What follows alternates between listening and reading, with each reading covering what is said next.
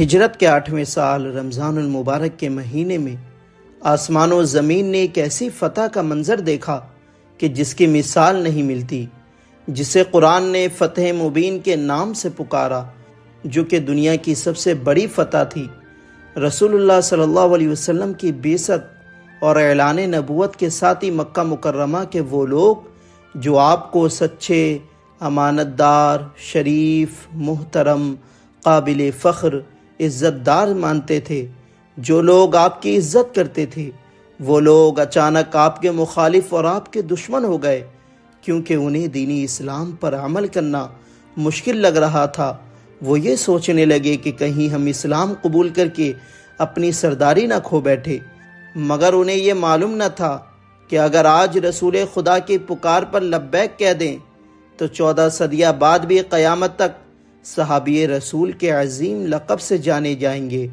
ہر کلمہ پڑھنے والا انہیں رضی اللہ عنہم کہہ کر یاد کرے گا۔ قرآن کلم وعد اللہ الحسنہ کا مژدہ سنائے گا، لیکن یہ ان کے نصیب میں نہ تھا،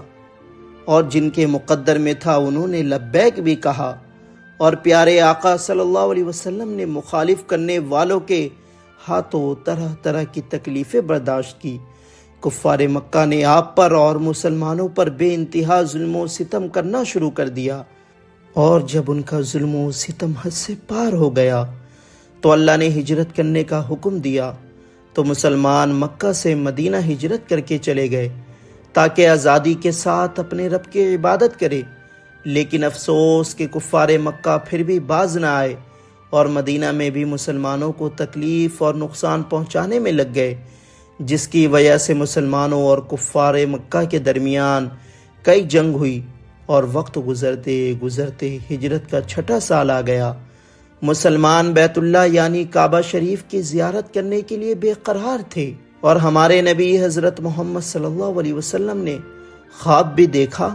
کہ وہ کچھ صحابہ کرام کے ساتھ مل کر کعبہ شریف کا طواف کر رہے ہیں، اور نبی کا خواب جھوٹا نہیں ہوتا۔ تو اللہ کا حکم سمجھ کر ہمارے نبی حضرت محمد صلی اللہ علیہ وسلم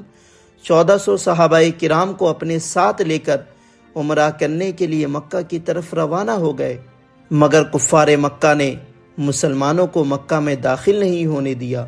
اور حدیبیہ کے مقام پر روک لیا، اور بہت لمبی بات چیت کے بعد ایک معاہدہ طے پایا، جس معاہدہ کا نام صلح حدیبیہ پڑا۔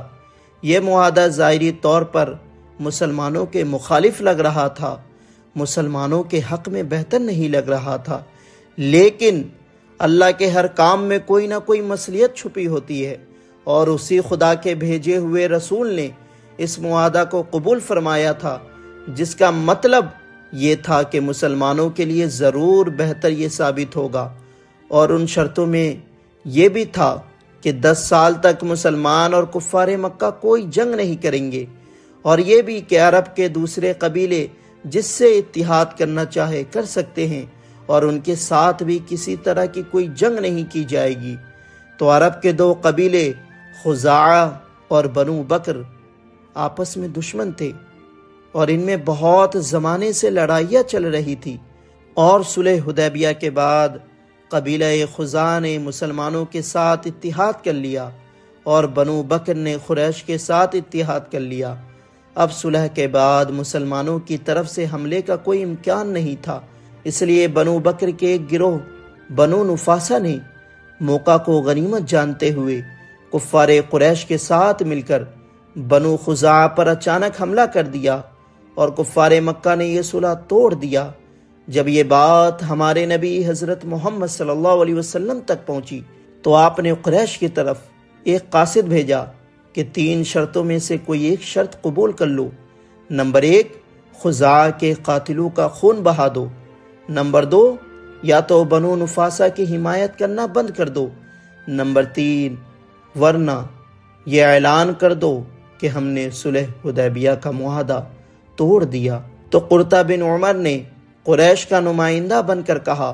کہ ہمیں صرف تیسری شرط منظور ہے۔ تو 10 رمضان 8 ہجری کو ہمارے نبی 10,000 کا لشکر لے کر مکہ کی طرف روانہ ہو گئے،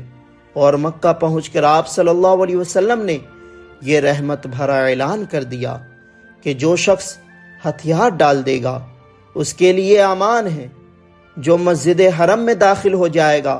اس کے لیے امان ہے،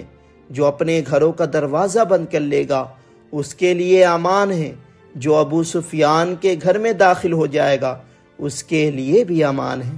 پھر ہمارے نبی حضرت محمد صلی اللہ علیہ وسلم نے کعبہ شریف کے اندر سے بتوں کو نکال کر پھینک دیا اور کعبہ شریف کو بتوں سے پاک کر دیا، اور 2 رکعت نماز نفل پڑھ کر یہ اعلان کیا کہ کفار مکہ بتاؤ آج تمہارے ساتھ کیا ہونے والا ہے۔ تو کفار مکہ نے کہا آپ کرم کرنے والے بھائی اور کرم کرنے والے بھائی کے بیٹے ہیں، تو ہمارے نبی کی رحمت جوش میں آتی ہے اور ہمارے نبی یہ اعلان کرتے ہیں کہ آج تم پر کوئی الزام نہیں، جاؤ تم سب آزاد ہو۔ کفار مکہ کو لگ رہا تھا کہ آج ہم قتل کر دیے جائیں گے، مگر وہ یہ اعلان سن کر سمجھ گئے کہ اسلام ہماری زندگی کو سدھارنے آیا ہے، یہ رحمتوں والا نبی ہے، تو بے انتہا لوگ کلمہ پڑھ کر اسلام میں داخل ہو جاتے ہیں، اور 20 رمضان کو بنا کسی جنگ کے، بنا کسی خون خرابہ کے ہمارے نبی نے مکہ کو فتح کر لیا اور مکہ والوں کے دلوں کو بھی فتح کر لیا۔ سبحان اللہ، یہ ہے اسلام اور یہ ہے ہمارے نبی حضرت محمد صلی اللہ علیہ وسلم کی ذات اور ان کا کردار۔ اور پورے مکہ میں اللہ اکبر کی صدائیں